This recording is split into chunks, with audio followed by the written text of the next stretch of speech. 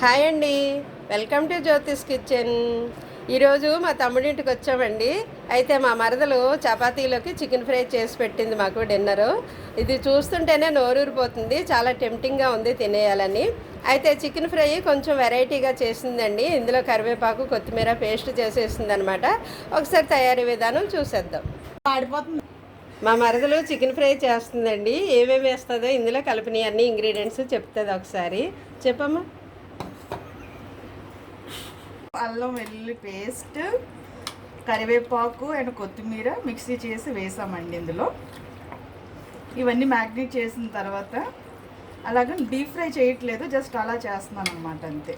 Shallow ఫ్రైయా? Shallow ఫ్రైయా. Curd వేసావు ఇందులో, curd వేసాను, నిమ్మకాయ వేసాను. ఇప్పుడు ఎలా కట్ చేసాను ఇంకా ఇంకేం వేసావు? అంతే. ఓకే, ఫ్రై చేసేటప్పుడు చూద్దాం. ఇదిగోండి, ఆయిల్ హీట్ అయిన తర్వాత ఇందులో ఫ్రై చేస్తుంది. డీప్ ఫ్రై కాదు, షాలో ఫ్రై చేస్తుంది.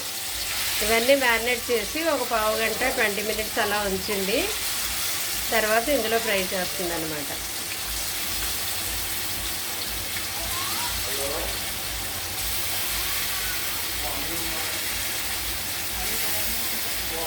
ఓకే, ఫ్రై అయ్యాక చూద్దాం వేగేటప్పుడు. ఇదిగోండి, ఇది కొంచెం హైలో పెడితే ఇందులో వాటర్ అంతా బయటికి రిలీజ్ అయింది. ఇది ఇలా కొంచెం మీడియంలో కుక్ అవ్వాలన్నమాట.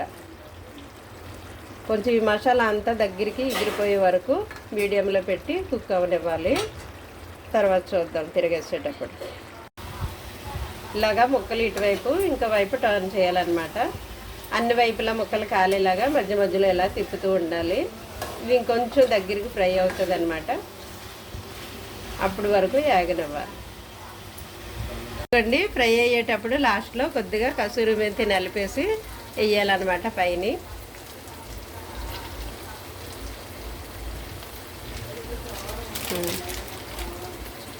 చేసిన తర్వాత కలుపుతావా? కలుపు మరి.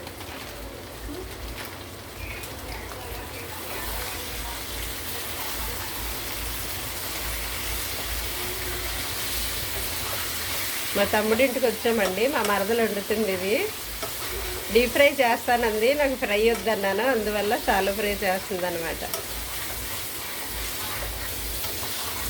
ఇది ఇంకొంచెం దగ్గరికి రావాలమ్మా.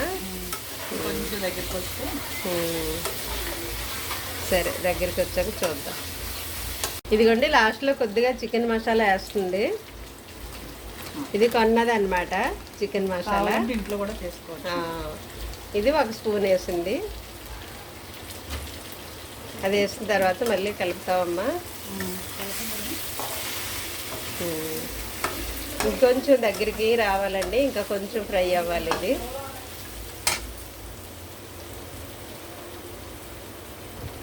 ఇదిగోండి, ఇంకొంచెం 5 మినిట్స్ అలా ఉంచాలి. ఇంకాను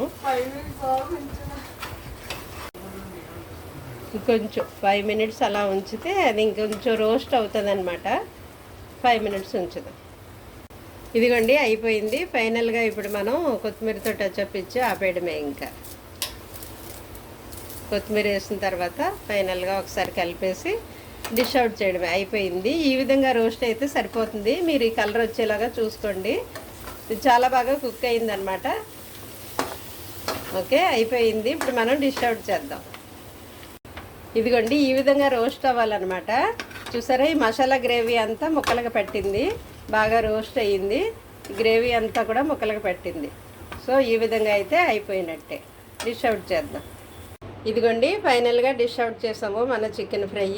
అయితే ఈ చికెన్లోకి మసాలాలు ఏమేమి వేసారంటే అల్లం వెల్లుల్లి పేస్టు, అలాగే కొత్తిమీర, కరివేపాకు, పచ్చిమిర్చి కలిపి పేస్ట్ చేశారనమాట. కొద్దిగా పెరిగేశారు. ఇవన్నీ కలిపి మ్యాగ్నేట్ చేసి తర్వాత షాలో ఫ్రై చేసాము. చూసారు కదా, లాస్ట్లో కొద్దిగా చికెన్ మసాలా వేసాము. ఇదండి, చాలా బాగుంది కదా. మా మరదలు బాగా గార్నిష్ చేసింది ప్లేటు. ఓకే అండి, థ్యాంక్ యూ ఫర్ వాచింగ్.